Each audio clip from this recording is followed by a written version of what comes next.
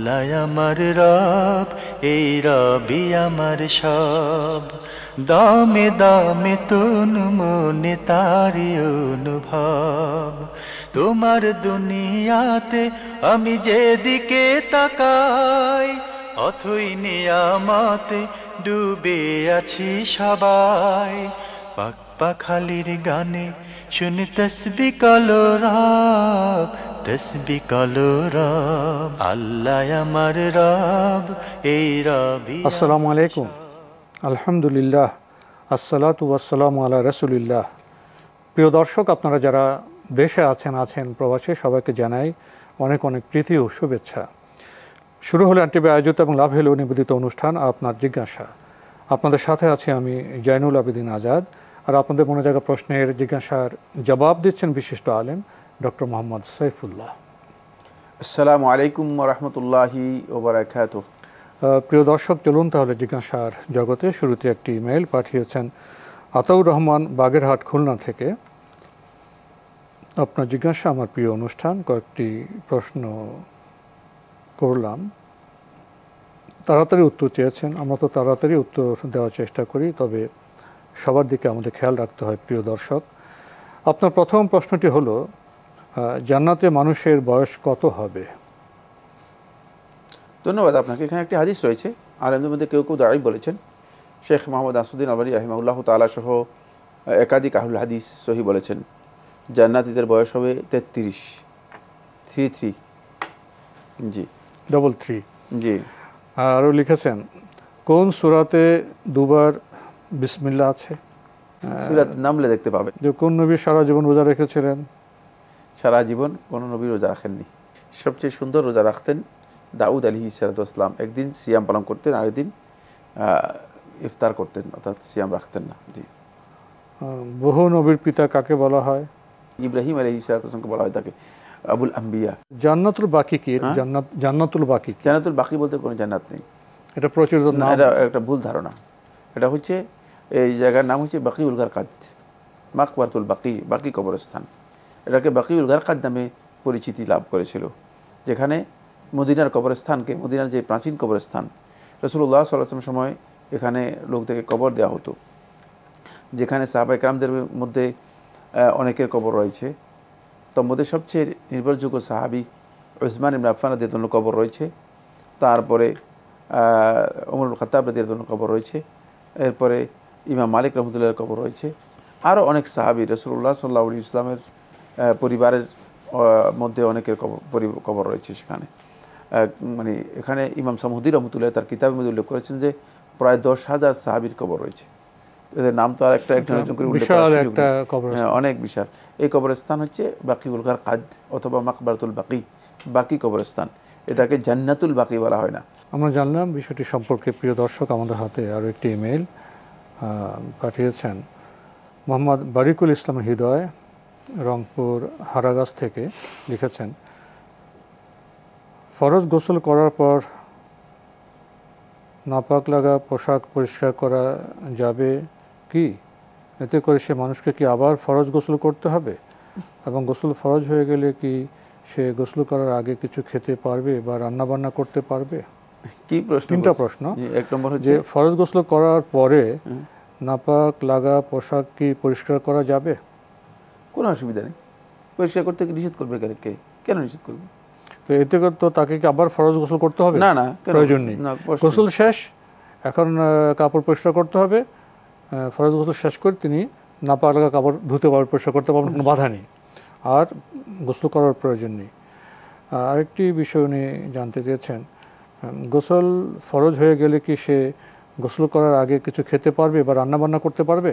খেতেও পারবে, রান্নাবান্নাও করতে পারবে, কিন্তু সুন্নাহ হচ্ছে সেটা হলো, কারো যদি ফরজ গোসল হয় তাকে, তাহলে তিনি উজু করে এই কাজগুলো করবেন, এই কাজগুলো উজু করে করবেন। এটা হচ্ছে সুন্নাহ। জি, উজু করে নিতে হবে। জি। আমরা জানলাম বিষয়টি সম্পর্কে। প্রিয় দর্শক, আমাদের হাতে আরও একটি ইমেল পাঠিয়েছেন আনোয়ার হোসেন, কুমিল্লা থেকে। লিখেছেন, তুর পাহাড় থেকে 40 দিন পর হজরত মুসা আলাইহিস সালাম যখন ফিরে এলেন, তখন তিনি দেখলেন তার জাতি গরুর বাছুরের পূজা করছে। এই আয়াতে মুসা আলাইহিস সালামের সম্প্রদায়কে দুটি বিষয় স্মরণ করিয়ে দেওয়া হয়েছে। এই দুইটি সম্প্রদায়ের জাতি কারা ছিল? এরা তখন কি ইসলাম গ্রহণ করেই গরু বাছুরের পূজা করত? বিষয়টি সম্পর্কে জানতে চাই। ধন্যবাদ আপনাকে। এটা ওখানেই উল্লেখ রয়েছে।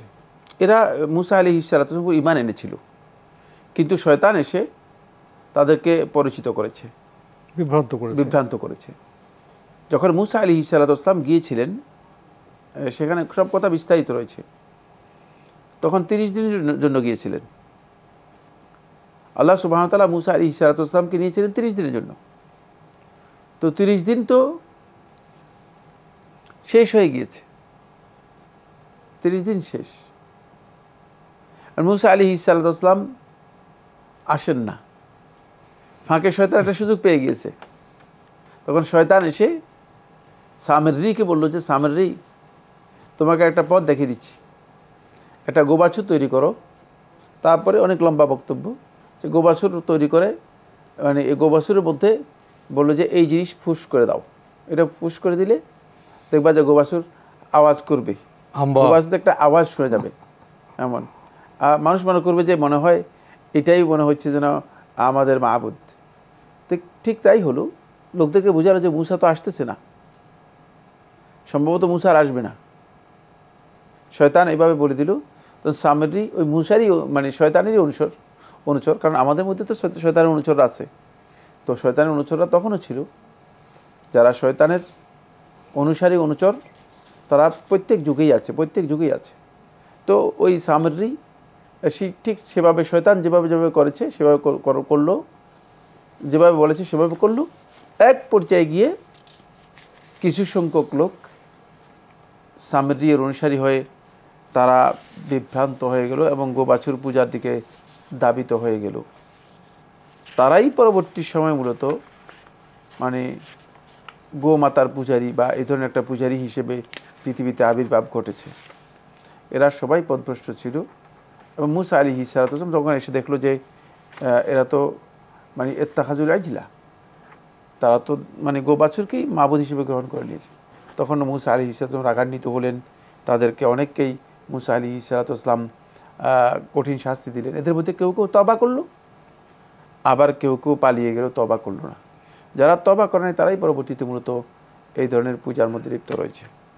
জি, আমরা জানলাম বিষয়টি সম্পর্কে। প্রিয় দর্শক, আমাদের হাতে আরেকটি ইমেল পাঠিয়েছেন শামীমা নার্গিস। লিখেছেন, বিয়েতে উকিল বাবার প্রথা হারাম, তাহলে আমাদের দেশে কবে ও কীভাবে এই রীতি শুরু হলো? মুসলমানদের হারামের এই প্রথাকে বা কারা চালু করেছে?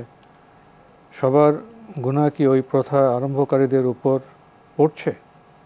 আল্লাহ তাদের ক্ষমা করুন। উকিল বাবার প্রথা হারাম বিয়েতে, এ বক্তব্য শুদ্ধ নয়। এ বক্তব্যে তাহকিকের প্রয়োজন রয়েছে।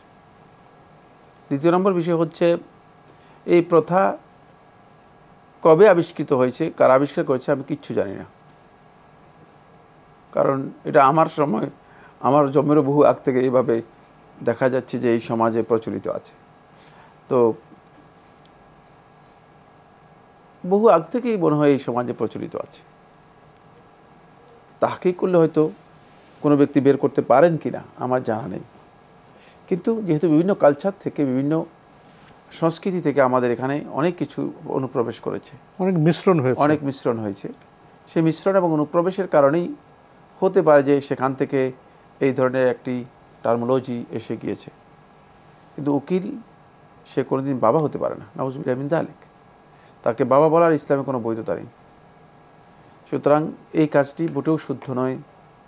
এর সর্বনিম্ন এ কাজটি বেদাত গর্হিত কাজ হবে, কোনো সন্দেহ নেই। ইসলামের কোনো ভিত্তি নেই। নিঃসন্দেহে যারা এটা আবিষ্কার করেছেন তারা এর জন্য যদি বুঝে আবিষ্কার করে থাকেন গুনাহগার হবেন, আর যদি না বুঝে আবিষ্কার করে থাকেন এবং কী উদ্দেশ্যে আবিষ্কার করেছেন সেটাও যদি জানা না থাকে, তাহলে হয়তো আল্লাহ সুবহানাহু ওয়া তাআলা তাদেরকে ক্ষমাও করে দিতে পারেন। বাকি আমরা জানি যে এই কাজটি বেদাত, আর যারা এই কাজটি করছেন তারা ভুল করছেন। এবং আমাদের সমাজে দেখা যায় যে এটাকে খুবই মানে হাইলাইটস করা হয়, খুবই গুরুত্ব দেওয়া হয়, ফোকাস দেওয়া হয় তাকে, যে উকিল বাবা মানে একটা নিজের বাবার মতো। এবং পরবর্তী সময় দেখা যায় যে এই উকিল বাবা মানে ওই মেয়ের সাথে মানে আসা যাওয়া, মানে ঠিক নিজের বাবার মতোই সব কিছু করতে পারেন, এই পদ্ধতি একেবারেই ইসলামের সাথে সামঞ্জস্যপূর্ণ নয়। এটা মানে পরবর্তী যত কাজ আছে সবগুলোই হারাম। কারণ হলো মানে এর মাধ্যমে কোনো ধরনের মানে এই মাহরামিয়ত, মানে তার সাথে মানে যোগাযোগ করা, তার সাথে উঠা বসা করা, তার সাথে দেখা সাক্ষাৎ করা, তারপরে তাকে মানে বাবা হিসেবে ডাকা, এর কোনো ভিত্তি নেই, পুরোটাই হারাম, পরের সবগুলোই হারাম। সুতরাং এই কাজগুলো যারা করে থাকেন তারা আসলে না বুঝে করছেন। আমাদের এদেশে তো হানাফি ফিকহ অনুযায়ী অনেক বিয়ে হয়ে থাকে, ঠিক না? কিন্তু হানাফি ফিকহের মধ্যেও এর কোনো ভিত্তি আছে আমার জানা নেই। তো উনি যে বলেছেন যে উকিলের বাবার কথাটা, এটা কি আমরা কি হিসেবে বিবেচনা, এটাকে হারাম বিবেচনা? আমরা বলছি বেদাত, বললাম বেদাত, হারাম না। বেদাত হিসেবে বেদাতের হুকুম বিভিন্ন পর্যায়ে রয়েছে, হারামের পর্যায়ে পৌঁছতে পারে। জি। এখন বিকাশ অ্যাপেই পাবেন দেশের প্রথম ডিজিটাল লোন।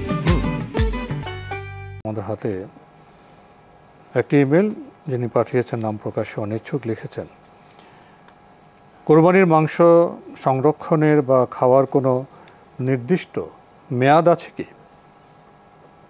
না, এর জন্য নির্দিষ্ট মেয়াদ নেই। তবে একটি হাদিসের মধ্যে রাসূলুল্লাহ সাল্লাল্লাহু আলাইহি ওয়াসাল্লাম বলেছেন যে তোমরা ওয়ালা তাদাখিরুহা ফাওকা সালাস, 3 দিনের বেশি তোমরা এটাকে সংরক্ষণ করো না, এটাকে এই একসাথ করে রেখে দিও না।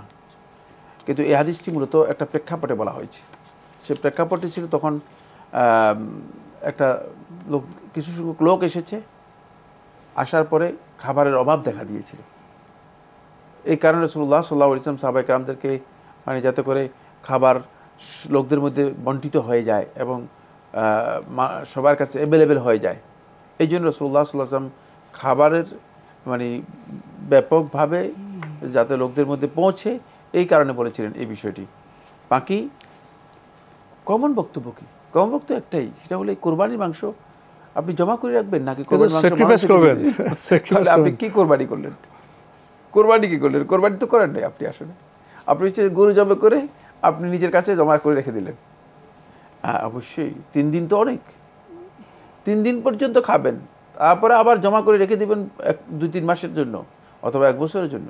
তাহলে আসলে ওই স্যাক্রিফাইসের যে চেতনা, কোরবানির যে চেতনা, যেটাকে কোরবানি বলি আমরা, মানে এই যে কোরবানি শব্দের যে চেতনা, শব্দার্থ দিয়ে যেটা বোঝাচ্ছে সেটাও নাই এর মধ্যে। এটা সবই কোথায়। সেক্ষেত্রে আপনি চেষ্টা করবেন যে লোকদেরকে যত দিতে পারেন ততই আপনার এখানে লাভ। এখানে লাভ হচ্ছে কোরবানি করে তারপরে যত আপনি বিতরণ করে দিতে পারেন ততই আপনি লাভবান হলেন। কিন্তু ইসলামে হারাম করা হয়নি, যেহেতু রাসূলুল্লাহ সাল্লাল্লাহু আলাইহি ওয়াসাল্লাম বলছে কুলু মিনহা ওয়াদ্দাখিরু, তোমরা এই কোরবানি গোশত থেকে খাও, ওয়াদ্দাখিরু, এবং তোমরা সংরক্ষণ করো।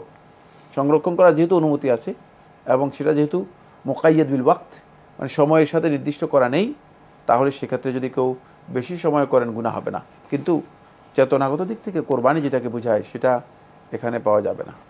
সেই চেতনার বিষয়টিও এখানে স্মরণে থাকতে হবে। জি জি, আমরা জানলাম বিষয়টি সম্পর্কে। প্রিয় দর্শক, আমাদের হাতে আরও একটি ইমেল পাঠিয়েছেন মুস্তাক আহমেদ নরসিংদী থেকে, লিখেছেন, আমাদের মহানবী হযরত মুহাম্মদ মুস্তাফা সাল্লাল্লাহু আলাইহি ওয়াসাল্লাম আল্লাহর কাছে দোয়া করলেন, হে আল্লাহ, আপনি ওমর ইবনে খাত্তাব ও আবু জেহেল এই দুজনের মধ্যে যাকে ইচ্ছে তাকে ইসলামের জন্য কবুল করুন। আল্লাহ তাআলা ওমরের জন্য দোয়া কবুল করলেন, যার ফলে ওমর হলেন ইসলামের সৈনিক আর আবু জেহেল হয়ে গেল ইসলামের শত্রু। আল্লাহ যদি আবু জাহেলের জন্য দোয়া কবুল করতেন তাহলে আবু জাহেল হতো ইসলামের সৈনিক। আমার প্রশ্ন, এক্ষেত্রে ব্যক্তির ভূমিকা কি? আল্লাহ যাকে কবুল করছেন সে হেদায়েত লাভ করলো, যার জন্য দোয়া কবুল করলেন না সে হেদায়েত লাভ করলো না। ব্যক্তি এখানে কতটুকু দায়ী? ব্যক্তি 100% দায়ী। তার কারণ হচ্ছে ব্যক্তির এই এখতিয়ার ছিল হেদায়েতের বক্তব্য তার কাছে পেশ করা হয়েছে, ওমরের কাছেও পেশ করা হয়েছে, আবু জাহেলের কাছেও পেশ করা হয়েছে। সুতরাং যিনি গ্রহণ করেছেন তিনি সম্মানিত হয়েছেন, যিনি বর্জন করেছেন তিনি সম্মানিত হননি।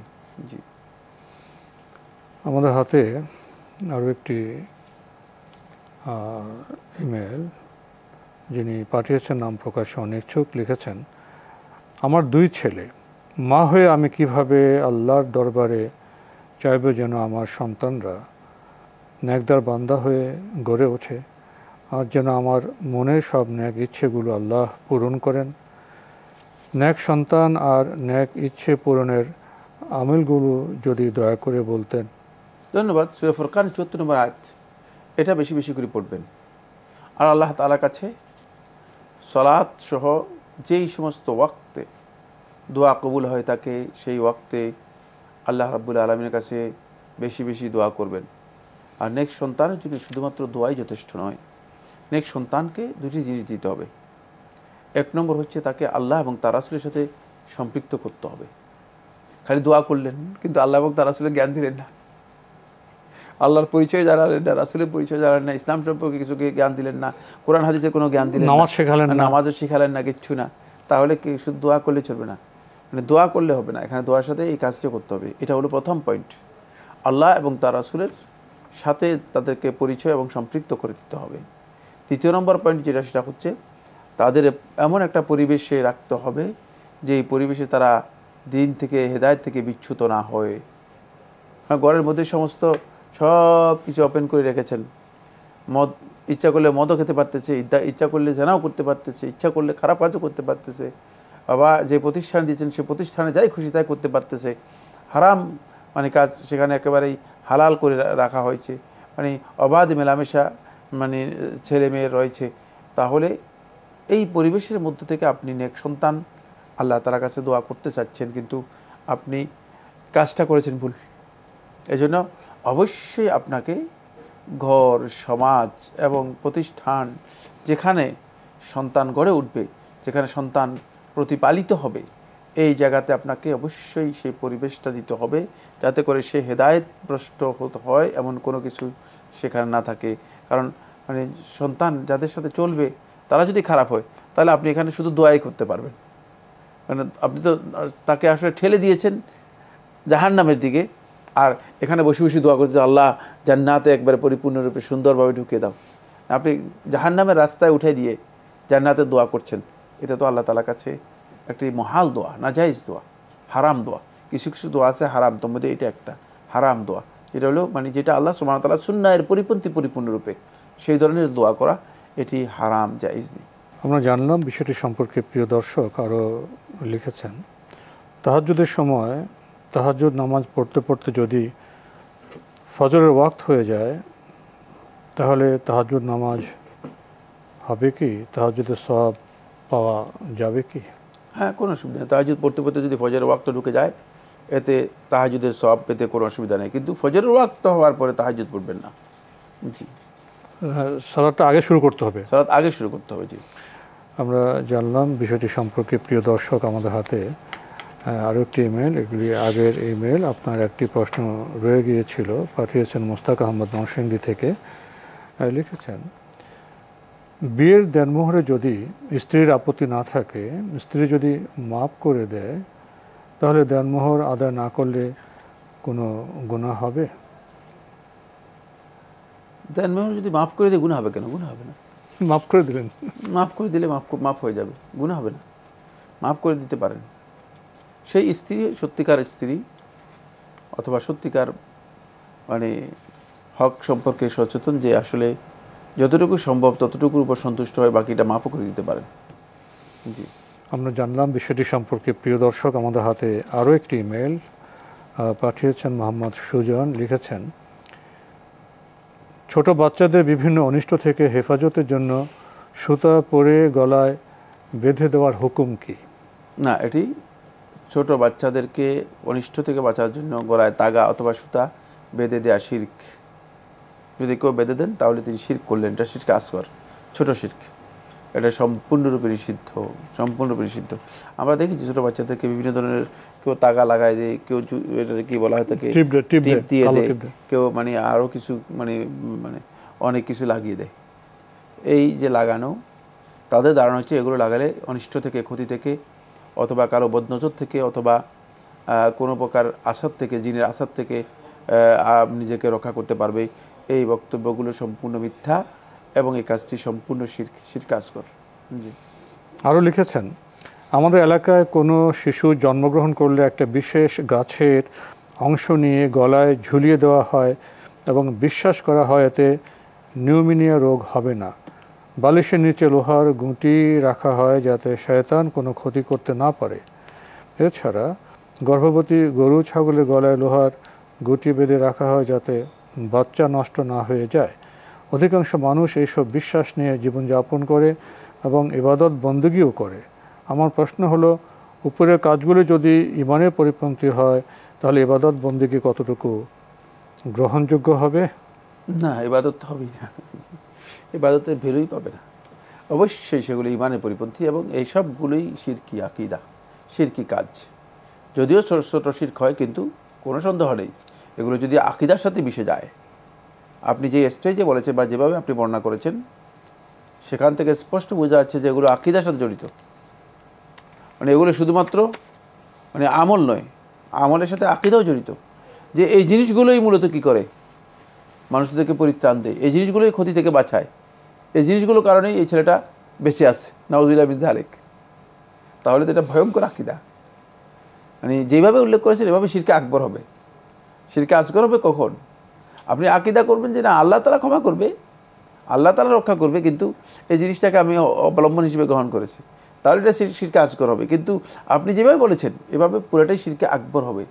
তাহলে কোনো ব্যক্তির ইবাদতের চারানোর মূল্য নেই আল্লাহ তাআলার কাছে। ফালা নুকিমু লাহুম ইয়াউমাল কিয়ামাতি ওয়াজনা, একেবারে স্পষ্ট করে আল্লাহ সুবহানাহু ওয়া তাআলা বলে দিয়েছেন যে কিয়ামতের দিন আমি তাদের জন্য এই আমলের কোনো ওজন দেব না। সুতরাং এই আমলের কোনো ওজন কিয়ামতের দিন আপনি পাবেন না। এই জন্য যদি কেউ মনে করে থাকেন যে এই কাজগুলো মানে তার আকীদা, তাহলে তার যত নামাজ রোজা ইবাদত হোক না কেন এগুলো আল্লাহ তাআলার কাছে কিছুই গ্রহণযোগ্য হবে না এবং কিছুই কিয়ামতের দিন তার আমল নামায় তিনি পাবেন না। কারণ শিরক হচ্ছে এমন একটি কাজ যেটা মুহবাতুল লিল আমালি কুল্লিহা, সকল প্রকার আমল, সকল প্রকার নেক কাজকে একেবারে 100% নির্মূল করে দেয়, শেষ করে দেয়। লাইন আশরাকতা লায়াহবাতান্না আমালুক ওয়া লাতাকুনান্না মিনাল খাসিরিন। আল্লাহ রাসূল সাল্লাল্লাহু আলাইহি ওয়াসাল্লামকে লক্ষ্য করে আল্লাহ তাআলা বলতেছেন, যদি আপনি শিরক করেন তাহলে লায়াহবাতান্না আমালুক, আপনার আমলটাও পরিপূর্ণরূপে কী হয়ে যাবে, নষ্ট হয়ে যাবে। তো সব আমলকে নষ্ট করে দেবে। তাই যদি কেউ এই আকীদা পোষণ করেন তাহলে তার ইবাদতগুলোর কোনো মূল্য নেই। তো আজকে আমাদের এখানেই শেষ করতে হচ্ছে। আপনাকে অনেক ধন্যবাদ। আপনাকে অনেক ধন্যবাদ। প্রিয় দর্শক, আমরা দেখছিলাম এনটিভি আয়োজিত এবং লাভ হলো নিবেদিত অনুষ্ঠান আপনার জিজ্ঞাসা। আমাদের অনুষ্ঠান আপনারা এনটিভি অনলাইনেও দেখতে পারবেন। ভিজিট করুন www.ntvpt.com। এছাড়া ইউটিউবে এবং আমাদের ভেরিফাইড ফেসবুক পেজে অনুষ্ঠান দেখতে পারবেন। আজকে শেষে এসে আমরা বিভিন্ন এলাকার কিছু বিষয় সম্পর্কে অবগত হলাম। কেউ শিশুদের হেফাজতের জন্য সুতা পরে, কেউ গলায় গাছের অংশ ঝুলিয়ে দেয়, কেউ বালিশের নিচে লোহার গুটি বেঁধে দেয়। জানলাম এগুলি শিরকের বিষয়। এসব থেকে আমাদের দূরে থাকতে হবে, চাইতে হবে মহান আল্লাহর কাছে। চিঠি লিখুন, প্রশ্ন পাঠান আমাদের ঠিকানায়। পরিচালক আপনার জিজ্ঞাসা, এনটিভি, বিএসসিসি ভবন, 7ম তলা, 102 কাজী নজরুল ইসলাম এভিনিউ, কারওয়ান বাজার, ঢাকা 1215। ইমেল অ্যাড্রেস আপনার জিজ্ঞাসা @ntvbd.com। মহান আল্লাহ আমাদের সবাইকে নিরাপদে রাখুন, রাখুন শান্তিতে। আসসালামু আলাইকুম। আল্লাহ আমার রব, এই রবি আমার সব, দামে দামে তুন মনে তারি অনুভব। আল্লাহ আমার রব, এই রবি আমার সব। এখন বিকাশ অ্যাপেই পাবেন দেশের প্রথম ডিজিটাল লোন।